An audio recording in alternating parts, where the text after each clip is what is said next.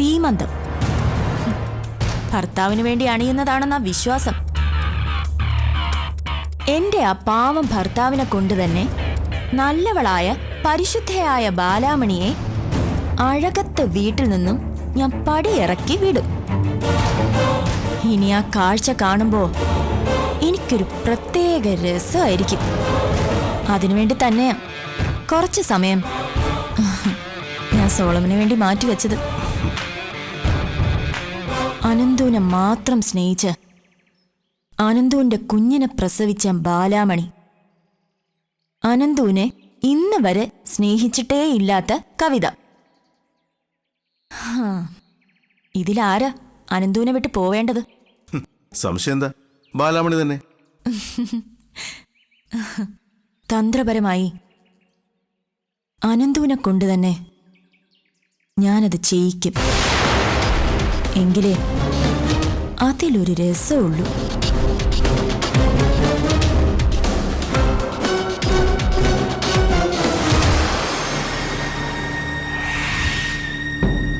അതെ, ലീലാമ്മ ചേച്ചി അഴകത്ത് പോയിരുന്നു. ഞാൻ അന്വേഷിച്ച് പറഞ്ഞതാ. അവിടെ വെച്ച് ചില പ്രശ്നങ്ങളൊക്കെ ഉണ്ടായി. എടാ പ്രഭാകര, എന്താന്ന് വെച്ചാൽ തെളിച്ചു പറ. അഴകത്തേക്ക് ചെന്ന ചേച്ചിയെ ആ സുമംഗരാമ തന്നെ വീട്ടിൽ നിന്ന് പുറത്താക്കി. അപ്പോ അവരമ്മയ്ക്ക് കൊടുത്ത വാക്കോ? അത് വിശ്വസിച്ചല്ലേ അമ്മ അങ്ങോട്ട് പോയത്? കാശുള്ളവൻ പാവപ്പെട്ടവർക്ക് കൊടുക്കുന്ന വാക്കിൽ എന്ത് സത്യമാ മോളെ ഉള്ളത്? അങ്ങനെയല്ല വല്യമ്മ. അഴകത്തെ സുമംഗലമ്മയെ പറ്റി അമ്മയ്ക്ക് വലിയ മതിപ്പായിരുന്നു. ഇതൊക്കെ ഇങ്ങനെ സംഭവിക്കുമെന്ന് എനിക്ക് അന്നേ സംശയം ഉണ്ടായിരുന്നു. എടാ പ്രഭാകര, ലീലാമ്മയുടെ കാര്യത്തില് ഇനി നമ്മൾ എന്താ ചെയ്യേണ്ടത്? അഴകത്തുകാരെ ഇറക്കി വിട്ടെന്ന് വെച്ച് അവളെന്താ ഇങ്ങോട്ട് വരാത്തത്? എനിക്കൊന്നും മനസ്സിലാവണില്ല. ചേച്ചി ഇത് എന്ത് ഭാവിച്ചോണ്ടാ? കൂടെ ചെല്ലാന്ന് ഞാൻ പറഞ്ഞപ്പോ ചേച്ചി ഒട്ടും സമ്മതിച്ചില്ല. അമ്മവൻ ഇങ്ങനെ അതും ഇതും പറഞ്ഞോണ്ട് നിൽക്കാതെ അമ്മയെ കണ്ടെത്താൻ എന്താ വഴിന്ന് വെച്ചാ അത് പറ. അല്ല, ഇനിയിപ്പോ ആ സാലിയും സോണിയും അവന്മാരുടെ കയ്യിലെങ്ങാനും ലീലാമ്മ ചെന്നപ്പെട്ടിട്ടുണ്ടാവോ? അങ്ങനെയാണെങ്കിൽ ഓ, നിങ്ങൾക്കൊന്നും മിണ്ടാതിരിക്കാമോ? ഇവളുടെ മുമ്പിൽ വെച്ചാണ് ഇതൊക്കെ പറയണത്. മോളെ, നിന്റെ അമ്മയ്ക്ക് ഒരു കുഴപ്പവും വരില്ല. അവളിന്ന് തിരിച്ചു വരും. ഇനിയും ദൈവം നിങ്ങളെ കഷ്ടപ്പെടുത്തില്ല. എന്റെ അമ്മയ്ക്ക് എന്തോ സംഭവിച്ചിട്ടുണ്ട്. അമ്മ ഇപ്പൊ അപകടത്തില. അത് തന്നെയാ സത്യം.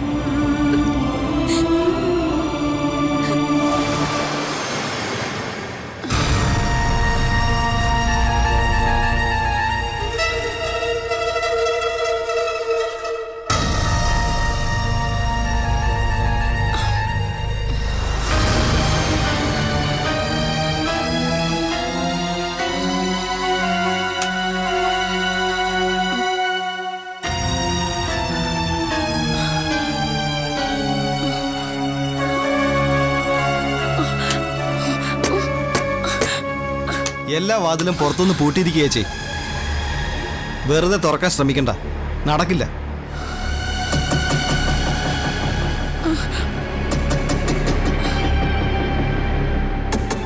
അഴകത്തേക്കാണെന്നും പറഞ്ഞ് നീ എന്നെ ഇങ്ങോട്ട് കൂട്ടിക്കൊണ്ട് വന്നത് എന്തിനാ?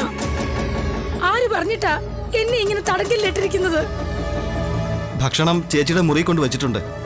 ചേച്ചി പോയി ആദ്യം അതെടുത്ത് കഴിക്കേ. നീ ആദ്യം എന്റെ ചോദ്യത്തിനുള്ള ഉത്തരം പറ. എനിക്കറിയാത്ത കാര്യങ്ങൾ ഞാൻ എങ്ങനെയാ ചേച്ചി പറയുന്നത്? മുതലാളിമാര് പറയുന്ന കാര്യങ്ങൾ ചെയ്യുക, അതിന് അവരെനിക്ക് ശമ്പളം തരുന്നത്. ആരാ നിന്റെ മുതലാളിമാര്? സാലിയും സോണിയും ആണോ, അതോ മറ്റാരെങ്കിലുമോ?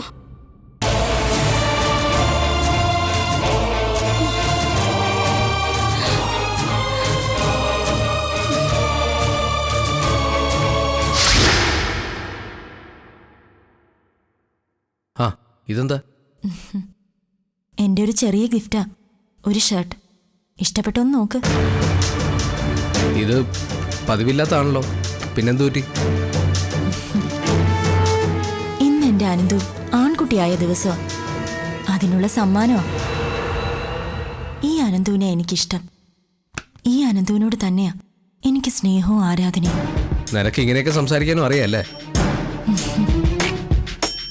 ഇന്നലെ വരെ നമുക്കിടയിൽ ഒരു മറയുണ്ടായിരുന്നു, ബാലാമണി.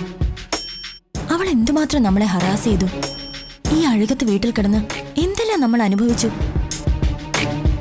ആ കഷ്ടപ്പാടുകളൊക്കെ അവസാനിക്കാൻ പോവാ. ബാലാമണി എന്നും നമുക്കൊരു ശല്യമാ. അവളെ ഇവിടെ നിന്ന് ഒഴിവാക്കാൻ ഏറ്റവും നല്ല അവസരമാ ഇപ്പൊ നമുക്ക് വീണ് കിട്ടിയിരിക്കുന്നത്. ആ അവസരം നമുക്ക് ഉപയോഗിക്കണം. ബാലാമണി അഴകത്ത് വീട് വിട്ടു പോണം. അനന്ത് വിചാരിച്ച അത് സാധിക്കും.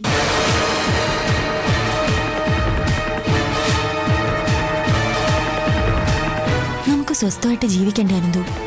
ആരുടെയും ശല്യമില്ലാതെ സമാധാനത്തോടെയുള്ളൊരു ജീവിതം നമുക്കും വേണ്ടേ? ലീലാമ്മ എന്നൊരു വലിയ ടെൻഷൻ ഒഴിഞ്ഞു പോയില്ലേ? അതെന്തുകൊണ്ടാ? നീ തന്ന ധൈര്യമാണ് അമ്മയും ആ ലീലാമ്മയെ എതിർക്കാൻ എനിക്ക് ബലമായത്.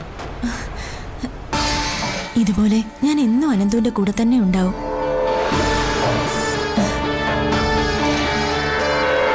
നമുക്കിടയിലേക്ക് ഒരാൾ കൂടി വരേണ്ട സമയമായെന്ന് അനന്തുവിന് തോന്നുന്നില്ലേ? എനിക്കങ്ങനെ തോന്നുന്നുണ്ട്. കുസൃതി കാട്ടി ഇവിടെയൊക്കെ ഓടിക്കളിച്ച് നടക്കുന്ന ഒരു കുഞ്ഞനന്തു. അതാ ഇപ്പൊ എന്റെ സ്വപ്നം.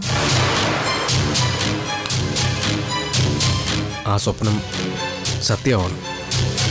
വേണ്ടേ? വേണം.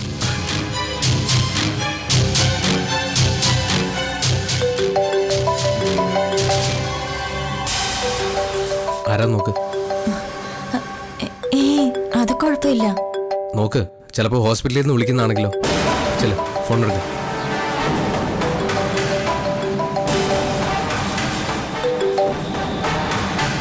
ഹലോ കവിത, എനിക്ക് കിടന്നിട്ട് ഉറക്കം വരുന്നില്ല. കവിതയുടെ ശബ്ദമൊന്ന് കേൾക്കണമെന്ന് തോന്നി, അതുകൊണ്ടാണ് വിളിച്ചത്. ഹോസ്പിറ്റലിൽ നിന്നാ? അല്ല, എന്റെ ഒരു ഫ്രണ്ടാ. ഇപ്പൊ കട്ട് ചെയ്യാം. ഏയ് വേണ്ട, സംസാരിച്ചോ.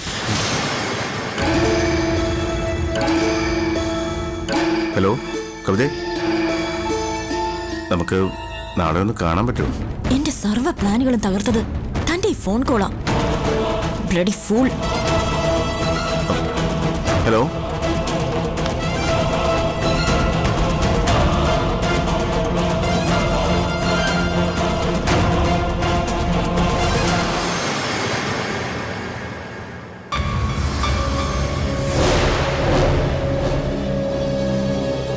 അമ്മേ, മൈഥിലിക്ക് ഇപ്പൊ എങ്ങനെയുണ്ടടാ? പേടിച്ച പോലെ കോംപ്ലിക്കേഷൻ ഒന്നും ആയില്ല. കുഞ്ഞിനും കുഴപ്പമില്ല. നാളെയോ മറ്റന്നാളായി ഡിസ്ചാർജ് ചെയ്യാന്നാ ഡോക്ടർ പറഞ്ഞത്. ഈശ്വര, ഭാഗ്യമായി. അവൾക്കോ കുഞ്ഞിനോ എന്തെങ്കിലും സംഭവിച്ചിരുന്നെങ്കിൽ ആ ഒരു ദുഃഖം കൂടി താങ്ങാനുള്ള കഴിവ് ഇപ്പൊ ഈ അമ്മയ്ക്കില്ല. അല്ല, അമ്മ എന്തെങ്കിലും കഴിച്ചോ? ഒന്നും കഴിച്ചില്ല അല്ലേ? ഞാനും കഴിച്ചില്ല. വാ, നമുക്കെന്തെങ്കിലും കഴിക്കാം അമ്മേ. വരൂ.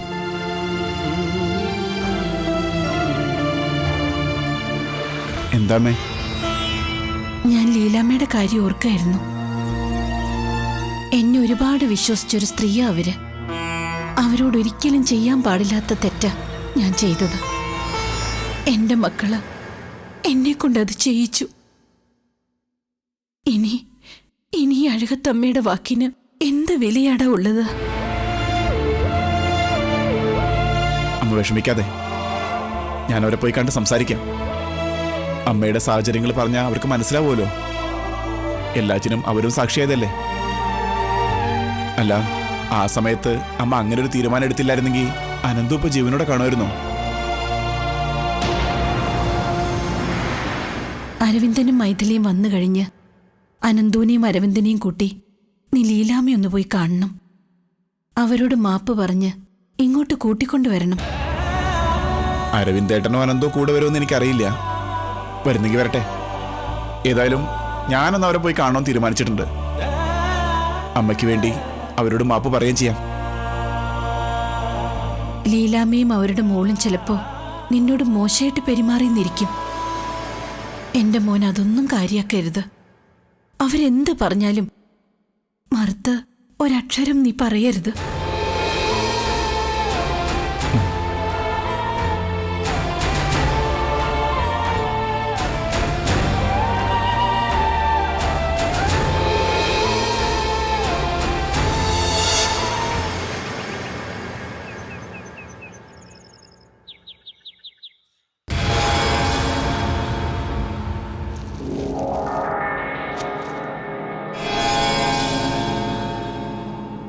ഇപ്പൊ പെയിൻ തോന്നുന്നുണ്ടോ?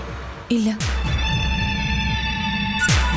ഭാഗ്യമോ ദൈവാനുഗ്രഹമോ തുണച്ചത് രണ്ടിലേതായാലും നിനക്കും കുഞ്ഞിനും കുഴപ്പമൊന്നും പറ്റിയില്ലല്ലോ. അതുകൊണ്ട് ഒരു തവണത്തേക്കെങ്കിലും എനിക്ക് അവളോടൊന്ന് ക്ഷമിച്ചൂടെ എന്നാണ് ചോദിക്കാൻ തുടങ്ങുന്നതെങ്കിൽ അതെനിക്ക് കേൾക്കണ്ട. ബാലാമണി ചെയ്ത് തെറ്റ് പൊറുക്കാവുന്നതാണെന്നോ ഒരു തവണത്തേക്കെങ്കിലും അവളോടൊന്ന് ക്ഷമിക്കാനോ ഞാൻ പറയത്തില്ല. ആ സമയത്ത് കവിത എന്നെ കണ്ടതുകൊണ്ട് മാത്ര ഞാനിപ്പോ ജീവനോടെ ഇരിക്കുന്നത്. അല്ലായിരുന്നെങ്കിൽ അവിടെ കിടന്ന് രക്തം വാർന്ന് മരിച്ചേനെ. എന്താ അരവിന്ദേട്ടനൊന്നും മിണ്ടാതെ നിൽക്കുന്നേ? ചെയ്ത തെറ്റിനുള്ള ശിക്ഷ ബാലാമണിക്ക് കിട്ടണം. ആ ശിക്ഷ എന്താണെന്ന് അമ്മ തീരുമാനിക്കട്ടെ. ശിക്ഷ തീരുമാനിക്കാൻ അമ്മയ്ക്ക് എന്താ അവകാശം? അനുഭവിച്ചത് ഞാനും അരവിന്ദേട്ടനും അല്ലേ? അഴകത്തെ സ്വത്തുക്കളുടെ കാര്യത്തിലോ കമ്പനികളുടെ കാര്യത്തിലോ അമ്മ എന്ത് തീരുമാനിച്ചാലും നമ്മളതിൽ ഇടപെടുകയോ അഭിപ്രായം പറയുകയോ ഒന്നും ചെയ്യാറില്ലല്ലോ. ഇത് പക്ഷെ അങ്ങനെയല്ല. നമ്മുടെ ജീവിതത്തെ സംബന്ധിക്കുന്ന കാര്യ. ഇതിലെന്ത് അഭിപ്രായം പറയണം പറയണ്ടെന്നൊക്കെ തീരുമാനിക്കുന്നത് നമ്മളാണ്. എന്താ അല്ലേ?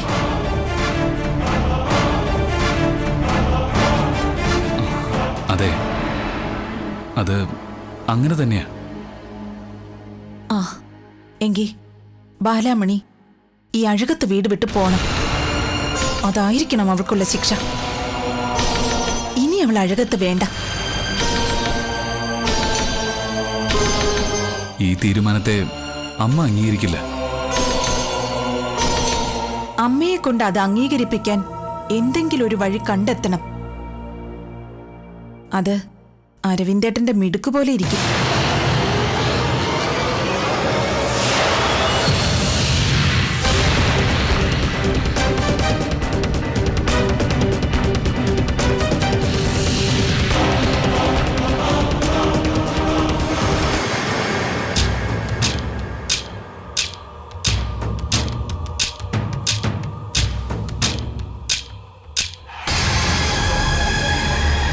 ആഹാ, നീ ഇവിടെ നിൽക്കുകയാണോ? വേഗം താഴേക്ക് വാ. അവിടെ എല്ലാരും നിന്നെ കാത്തു നിൽക്കുക. എന്നെ കാത്തു നിൽക്കുന്നു? എന്തിനു? അതിന്റെ കാരണം നിനക്കറിയില്ലേ? അറിയില്ലെങ്കിൽ ഞാൻ പറഞ്ഞു തരാം. മൈഥിലി ഏട്ടത്തിയെ കൊല്ലാൻ ശ്രമിച്ചതിന്. ഞാൻ ഏട്ടത്തെ കൊല്ലാൻ ശ്രമിച്ചു എന്നോ? ഗർഭിണിയായ ഒരു സ്ത്രീയെ സുഖപ്രസവത്തിന് വേണ്ടി ആരും തള്ളി താഴെയിടാറില്ലല്ലോ. മൈഥിലി ഏട്ടത്തെ തള്ളിയിട്ട് കൊല്ലാൻ ഞാൻ ശ്രമിച്ചിട്ടില്ല. അതൊക്കെ നിങ്ങളുടെ തെറ്റിദ്ധാരണയാ. അതെ, തെറ്റിദ്ധാരണയാണ്. നീ അത് ചെയ്തിട്ടില്ലെന്ന് മറ്റാർക്കും അറിയില്ലെങ്കിലും എനിക്ക് നന്നായിട്ട് അറിയാം.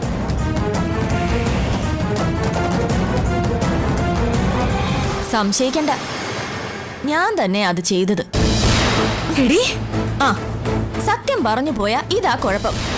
അപ്പോഴേക്കും ബഹളം തുടങ്ങും. നീ എന്തിനാ അങ്ങനെ ചെയ്തത്? നീ മൈഥിലി ഏട്ടത്തിയെ തള്ളി മാറ്റിയിട്ട് അമ്മയുടെ മുറിയുടെ ഭാഗത്തേക്ക് ഓടിപ്പോകുന്നത് കണ്ടുകൊണ്ടാ ഞാൻ വന്നത്. മൈഥിലി ഏട്ടത്തി ബാലൻസ് തെറ്റി വീഴാൻ തുടങ്ങിയപ്പോ വേണമെങ്കിൽ എനിക്കവരെ പിടിക്കാമായിരുന്നു. ഞാൻ പിടിച്ചില്ലെങ്കിലും അവര് വീഴൊന്നും ഇല്ലായിരുന്നു കേട്ടോ. അത് മനസ്സിലാക്കിയതുകൊണ്ടല്ലേ നടുവിന് ഒരൊറ്റ ചവിട്ട് ഞാൻ വച്ചു കൊടുത്തത്. പക്ഷേ മുടിഞ്ഞ ഭാഗ്യമാ തള്ളയ്ക്കും കുട്ടിക്കും. അതുകൊണ്ടല്ലേ രണ്ടിനും ഒരു കുഴപ്പമില്ലാതെ തിരിച്ചു വന്നത്.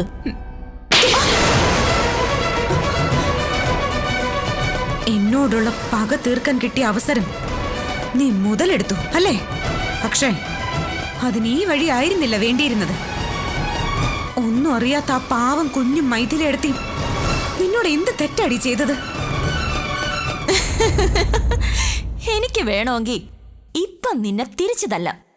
പക്ഷേ ഞാനത് ചെയ്യുന്നില്ല. അതെന്തുകൊണ്ടാണെന്നറിയോ? ഇനി ഒരിക്കലും നിനക്കിങ്ങനെ ഒരവസരം കിട്ടാൻ പോകുന്നില്ല എന്നറിയാവുന്നതുകൊണ്ട്. ഞാൻ ചെയ്ത തെറ്റിന്റെ വിഴുപ്പ് ചുമക്കുന്നത് ഇന്നു മുതൽ നീയാ.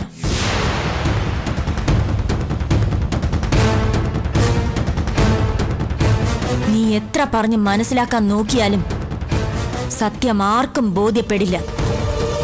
വേണമെങ്കിൽ നീ അതിനൊന്ന് ശ്രമിച്ചു നോക്ക്. ഞാൻ ഒരു തെറ്റും ചെയ്തിട്ടില്ല എന്ന് വിശ്വസിക്കുന്ന ചിലരെങ്കിലും ഈ അഴകത്ത് വീട്ടിലുണ്ടാവുമല്ലോ. സത്യം എന്താണെന്ന് ഞാൻ അവരെ ബോധ്യപ്പെടുത്തിക്കോളാം. താഴെ വിചാരണ നടക്കാൻ പോവാ. സത്യം മറ്റുള്ളവരെ പറഞ്ഞു ബോധ്യപ്പെടുത്താൻ നിനക്ക് കഴിയുമെന്ന് നീയൊന്ന് ശ്രമിച്ചു നോക്ക്. ഒരാളും നിന്നെ വിശ്വസിക്കില്ല. ഒടുവിൽ തല കുനിച്ചു പിടിച്ച് നിനക്ക് ഈ വീടിന്റെ പടി ഇറങ്ങേണ്ടി വരും. അതാ സംഭവിക്കാൻ പോകുന്നത്. അല്ലെങ്കിൽ നീ കണ്ടോ, അടുത്ത അഴകത്തമ്മയായിട്ട് അമ്മ അവരോധിച്ച നീ ഈ വീടിന്റെ പടി ഇറങ്ങിയതിന് ശേഷം വേണം എനിക്ക് നിന്റെ അനന്തുവേട്ടനെ നക്ഷത്രക്കാൽ എണ്ണിക്കാൻ.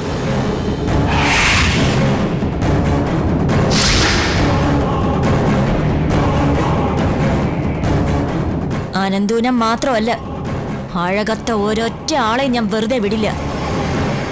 കവിതയെ കൊണ്ട് വീട്ടുവേല ചെയ്യിച്ചവരെയും അത് കണ്ട് ചിരിച്ചവരെയും ഒക്കെ ഞാൻ കരയിപ്പിക്കും.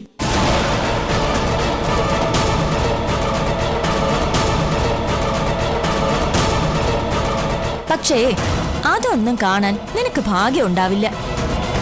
നീ ഇന്നീ വീട് വിട്ട് ഇറങ്ങുകയല്ലേ. അഴകത്ത ബാലാമണി അഴകത്ത് വീടിനോടും അഴകത്ത അമ്മയോടും യാത്ര പറയാ.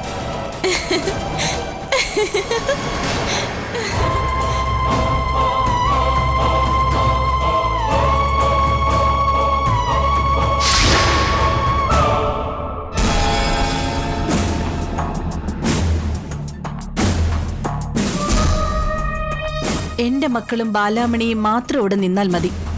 കവിതയ്ക്ക് പോകാം.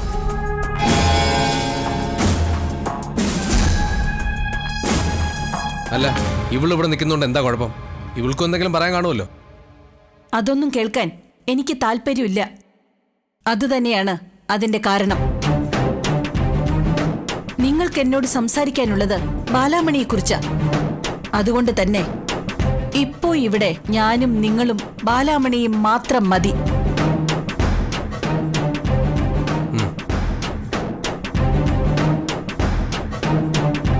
നിങ്ങൾക്കിനി എന്നോട് എന്താ ചോദിക്കാനുള്ളതെന്ന് വച്ചാൽ ചോദിക്കാം.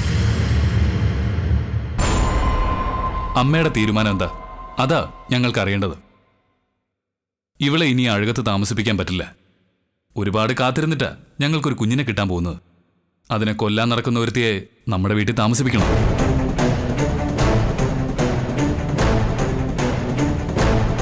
കവിത എന്തു പറഞ്ഞാലും അതൊക്കെ സത്യമാണെന്ന് നീ എന്നു മുതൽക്കാ വിശ്വസിക്കാൻ തുടങ്ങിയത്?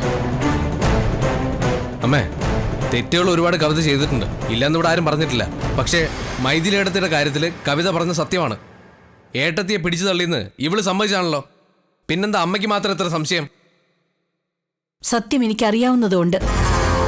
യഥാർത്ഥത്തിൽ സംഭവിച്ചത് എന്താണെന്ന് ബാലാമണി എന്നോട് പറഞ്ഞു. നിങ്ങൾ വിചാരിച്ചു വച്ചിരിക്കുന്നത് പോലെയൊന്നുമല്ല നടന്നത്. യാഥാർത്ഥ്യം എന്താണെന്ന് നിങ്ങൾ അറിയണം. ബാലാമണി ഇവിടുന്ന് പോണോ വേണ്ടയോന്ന് എന്നിട്ട് നിങ്ങൾ തീരുമാനിക്കുക. വേണ്ടമ്മേ, ഇവൾ അമ്മയെ പറഞ്ഞ് വിശ്വസിപ്പിച്ച ആ കള്ളക്കഥ കേൾക്കാൻ ഞങ്ങൾക്ക് താല്പര്യമില്ല. അമ്മേ, അമ്മ കൊടുത്ത അധികാരങ്ങൾ ഉപയോഗിച്ച് ഇത്രയും കാലം ബാലാമണി അഴകത്തുകാരെ അടക്കി ഭരിച്ചില്ലേ? ഇനി മതി. ബാലാമണി അഴകത്തുനിന്ന് ഇറങ്ങണമെന്ന് എന്തുദ്ദേശിച്ച നിങ്ങൾ പറയുന്നത്? അഴകത്തെ സ്വത്തുക്കൾ മുഴുവനും ഇപ്പോഴും ബാലാമണിയുടെ പേരില. എന്റെ മക്കള് അത് മറന്നോ? അമ്മേ, ചിലത് പറയുന്നതുകൊണ്ട് വേറൊന്നും വിചാരിക്കരുത്. ബഹുമാനക്കുറവാണെന്ന് തോന്നുകയും ചെയ്യരുത്. കുഞ്ഞുണ്ണിമാമയുടെ മോളുടെ പേരിൽ അഴകത്തെ മുഴുവൻ സ്വത്തുക്കളും എഴുതി വെക്കാനുള്ള അധികാരം അമ്മയ്ക്കില്ല. അഥവാ അമ്മ അങ്ങനെ ചെയ്താൽ തന്നെ ആ വിൽപ്പത്രത്തിന് നിയമസാധുതയില്ല. അഴകത്തെ സ്വത്തുക്കള് പാരമ്പര്യമായിട്ട് കൈമാറി വന്നതല്ലേ. അഴകത്തമ്മ എന്ന സ്ഥാനത്തിരുന്നുകൊണ്ട് അമ്മയ്ക്ക് ആ സ്വത്തുക്കള് അമ്മയുടെ മക്കളുടെ പേരിൽ മാത്രമേ എഴുതി വയ്ക്കാൻ പറ്റൂ. വേണമെങ്കിൽ ഉണ്ണിമാമയ്ക്ക് ഈ വീടിന്റെ ഒരു ഓഹരി കൊടുക്കാൻ പറ്റും. അപ്പോഴും അഴകത്തെ സ്വത്തില് ദാ ഇവൾക്ക് ഒരധികാരവും ഇല്ല. ഉണ്ണിമാമയ്ക്ക് കിട്ടുന്ന ഷെയറിൽ മാത്രമേ ഇവക്ക് അവകാശമുള്ളൂ.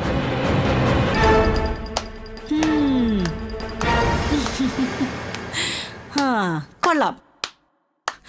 അപ്പോ നിയമത്തിന്റെ ഓരോ നൂലിഴയും വ്യക്തമായി പഠിച്ചിട്ട് തന്നെയാണ് നിങ്ങൾ അമ്മയോട് തർക്കിക്കാൻ വന്നിരിക്കുന്നത് അല്ലേ? അഴകത്തെ സ്വത്തുക്കൾ പരമ്പര കൈമാറി കിട്ടിയതാണെന്നുള്ള ബോധം എനിക്കുണ്ടല്ലോ.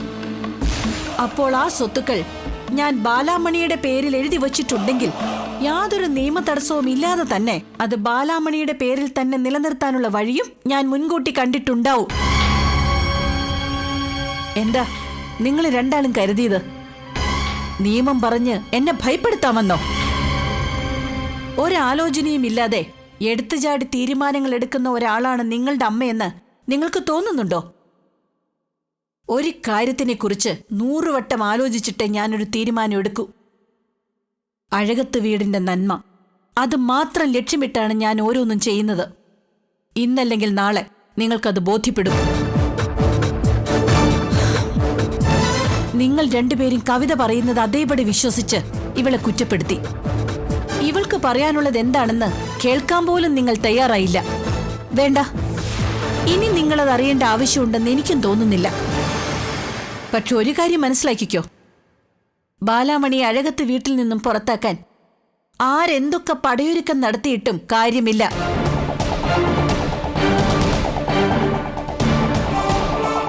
അഴകത്തെ സുമംഗല എന്ന് ഞാൻ ജീവിച്ചിരിക്കുന്നിടത്തോളം കാലം ഇവളും എന്റെ ഒപ്പം അഴകത്ത് തന്നെ ഉണ്ടാവും. എന്റെ മകളായി.